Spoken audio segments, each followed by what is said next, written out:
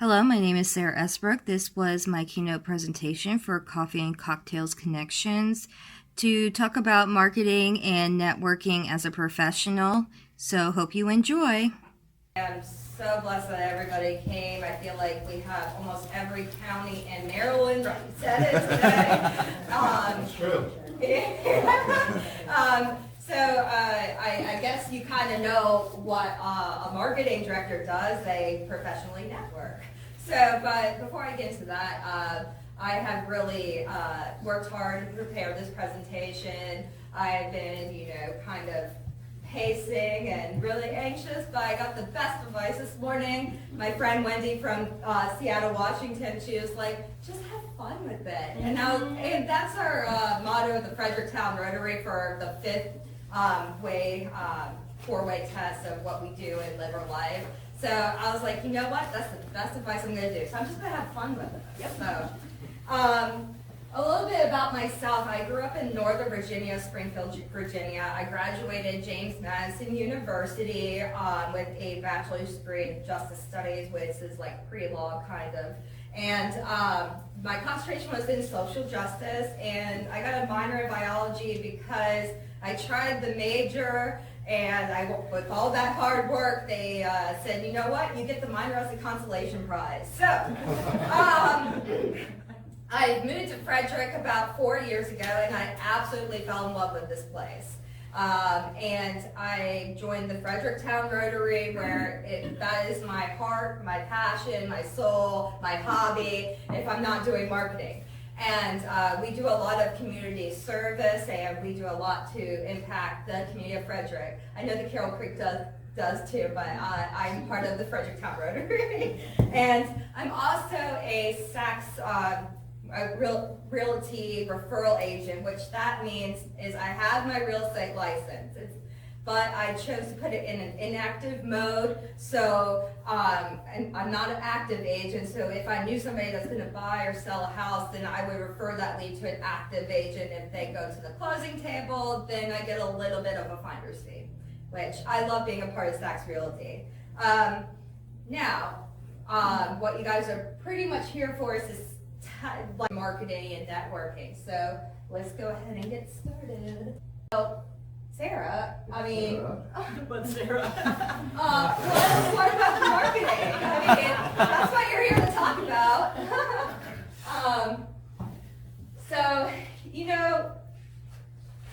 Marketing is something that everybody in this room does, in a degree, or we wouldn't be here. And there are so many different things that marketing encompasses, but, and I can't go through them all, but I'm just going to go through some of my tips and how I became kind of a professional networker or in marketing. A lot of these are, kind of unique because they're just my way of thinking. So it might be something that you really haven't heard. It's not something you're going to get from a textbook. So hopefully you can connect and acquire this. So yeah, and networking it's really a lifestyle. Even if you don't do networking or marketing on for your job on a daily basis, everybody markets themselves. Whether you're in a social group with your friends, in a social group with strangers, what you say or what you do or what you don't do or what you don't say, what you post on social media makes the impression on that person, what version of you are. So everybody does marketing as a lifestyle to a degree. All right. So your attitude of how you go in is really how much you're going to get back in your return. And it's going to gauge how successful, what impressions you make and how memorable you are to others. So,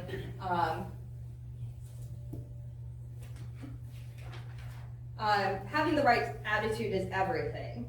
Being excited and energetic, enthusiastic, open-minded to other people's ideas, other people's experiences, because there's a lot of people in this room that we have all different professions, and I might not quite know about yours, so you have to be open-minded to learn.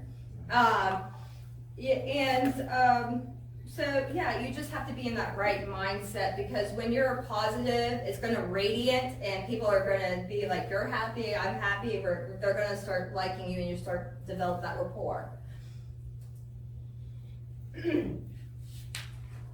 So my advice is, if you just dread going to an event, or you're not,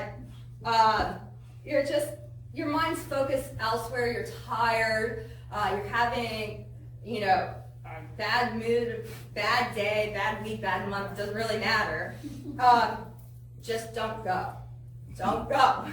Because if you go, you're not your best self. And people pick up on your vibe. If you don't feel like, positive or like, yes, then they're going to pick up like there's something going on. I don't know, they're kind of shady, so if you don't need to go to that networking event, then don't go if you're not in the right mood. Now, there are times where, yes, you are committed and you're obligated to go to events. And my philosophy is you always should say what you do and do what you say, that's part of it. And so you just have to push through your emotions, psych yourself up, and go to the networking event. And I know for people that are like really in my personal circle, I'm actually very introverted on my personal time. And when I started networking, I was not the best. And I went to a B&I group, there was like 50 people. I didn't even know what elevator speech, I didn't even know what to do. And I got the stack of business cards, I emailed every one of them, and it was like maybe I got a few responses back. Nobody wanted to do one-on-ones with me. Nobody would be like, hey, best of luck, And I wasn't rememberable. I was, my introverted self. So what did I do? This is literally what I did. I thought about the most successful person in my mind at that time and how much I admired them and kind of embraced their persona, so I would kind of not be me. I would be like them and say, what would they say to this person, or how would they interact? And that's how I started to do things. And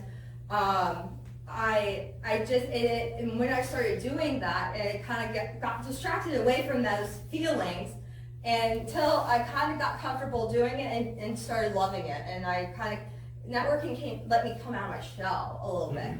But I had to be in the mindset of somebody I admired to get there. So, and by the way, you got this, and you can always just go to an event and just remind yourself, you're the best, you're the profession, you're the expert, and that's why you're here. And so whatever you do, you just need to keep telling yourself, you got it, and keep persevering and keep meeting. It'll build up over time.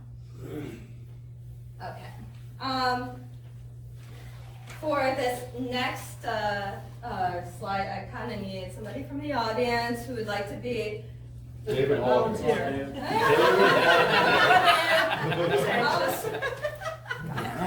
I'm not bad.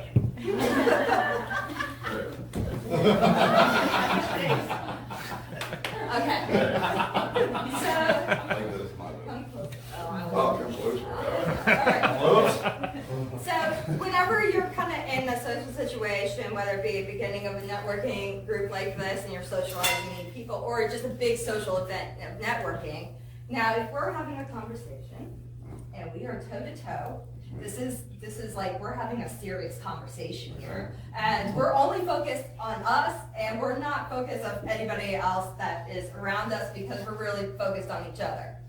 This is called a closed conversation here. So if somebody were to approach us to introduce ourselves, we're going to say like they're interrupting us, because we're just having this conversation and be like, okay, cool, but we're doing this, So this is not the best scenario to approach these people when they're kind of face to face.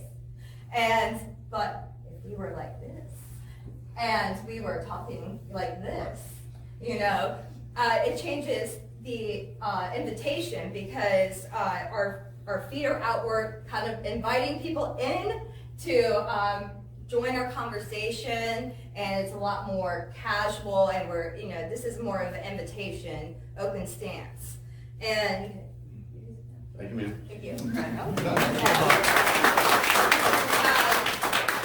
people I like to target are people are the lone wolves or the people on their phones because Sneak up on them, scare them? no, I like to go up to them because these people are usually the shy, reserved ones, and they don't want to initiate the conversation, but I can be the initiator. And a lot of these people, they're like in the corner, and once they have somebody that approaches them and really friendly and wants to, be around them, they kind of break out. And those are kind of sometimes the most interesting people, the very reserved lone wolf type. So those are the best people to approach if you want to talk to somebody. Okay. So this group is a prime example of food, drink, and business cards, okay? Because we have food, we have drink, and we got business cards. Now, my suggestion is pick food or drink and then your business cards, because if you have food and drink and business cards, you have too much to juggle and multiple things, and you can't really exchange or have a conversation very well. Now, if I have just the coffee in my business card or just the muffin in my hand and my business card, somebody approaches me, it's an easy business card exchange. If I was going to shake their hand, just move that one item where my business cards are, shake their hands. Also, the less you have in your hands, whether it be if you have something like your business cards you can keep here and you have your hands free, there's less distraction the other person has with you, so they're more focused on what you're saying because they're not distracting of what's in your hands. So it might be better just to either have one item like a business card or have no items and just kind of express yourself with your hand motions. I'm super hand talker, so all right. This is very important about networking. You have 2 ears. Important about life. Yeah, you have 2 ears and 1 mouth for a reason. The key of being a good networker is kind of listening to the other person and what they have to say, and and tuning in and kind of saying, thinking about in your mind, who can I connect them with, what referral, that is what you're doing when you're talking to somebody. So, how do I become a good listener of the other person in front of me? So what I tend to do is I let them take the lead of the conversation. So what I would do is kind of approach somebody and say, hi, I'm Sarah. I'm the marketing director of Allied Restoration. We're a fire, water, mold, remediation, mitigation, restoration company. Joan, you're with Legal Shield. What do you do? And then she would start talking and leading conversation. I would be listening. You just want to keep things just short and simple. You don't want to keep going and going and going. You just want to keep it short and simple and let them be the star of the show, because everybody loves to talk about themselves. They do. Everybody, if you make this all about that other person, you're going to start getting that trust and that rapport.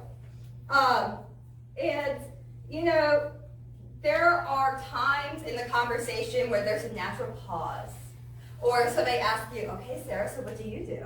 And the natural reaction is let me verbal diarrhea on everybody in front of me of everything, my life story, everything. It's not what you do. Because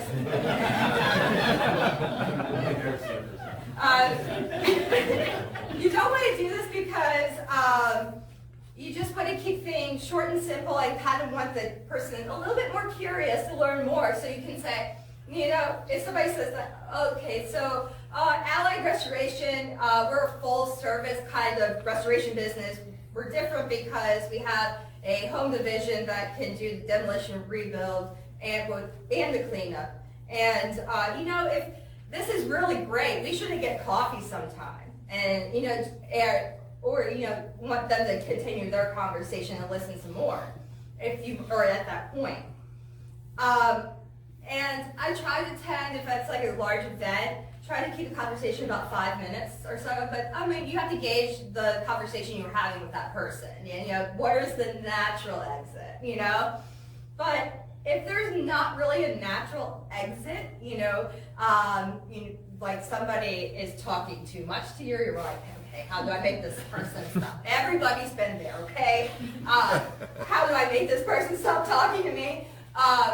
Usually what I would do would be like, you know, like, wow, you know, this is a really crowded room, you know, and I would like to focus you more better. Can we get coffee? Can we get lunch? And, you know, keep going. And, or you kind of say, hey, my friend, here's another friend. Like a bad date. Have you met Dave? And if there's no other friends around that you know in that position to save you, then you kind of can say, oh, wait, I'm sorry, but I really got to use the bathroom. There you go. I really got to take this call. I got to make this call. And you go out of their line of sight. And then return back to the group and start networking somewhere else because they're most likely moved on to somebody else to talk their ears off. All right. I'm going to go into the 2-2-2 rule is what I follow. And everything is all about the follow-up and what you do to create the relationships. The follow-up is laying the groundwork for the relationship you're about to create. And it's kind of like dating, you know, like you meet somebody, kind of like the preliminary, and then you want to follow up with them, like email, text them, or call them and be like, hey, do you want to do, like invite them to do a one-on-one, you know, like do you want to do dinner, you know, sometime, and you want it kind of be kind of soon. So my thing is, if I'm meeting somebody for the first time, I want to follow up with the after the initial 2 days, email, phone, whatever, contact them, friend them on Facebook, whatever your decision is. And then schedule a one-to-one 2 weeks so you're kind of still relevant in their minds. And then, you know, when you send that email, like, let's have a one-to-one, and they actually respond back, they're like, oh, you're interested. So then you want to, you know, go ahead and do the one-on-one and then do the follow-up email after your one-on-one about what you learned, what value, do anything that you told the other person you would follow up with. And, you know, and then if you kind of lose sight of them within the next 2 months, you know, not really continue contacting or communicating, you know, just like send them an email, like, or send them a text like, hey, I was thinking about you, well, how checking in, and, you know, I'm still here, you know, kind of thing. And that's how you keep relationships going and strong relationships like that. So,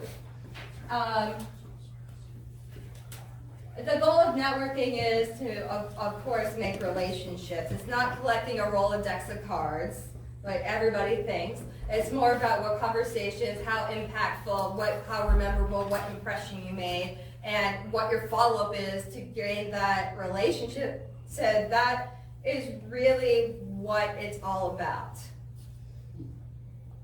Oh yeah, people want to do business with people they know, like, and trust. And you know, if you want business referrals, then you have to give them some business referrals. You know, it's a give and take relationship. You can't expect them, give me all the business and you don't do anything for the other person. You know, it doesn't work like that. All right, do not discriminate. Like if somebody outreaches to you and says, let's do a one-to-one, always say yes.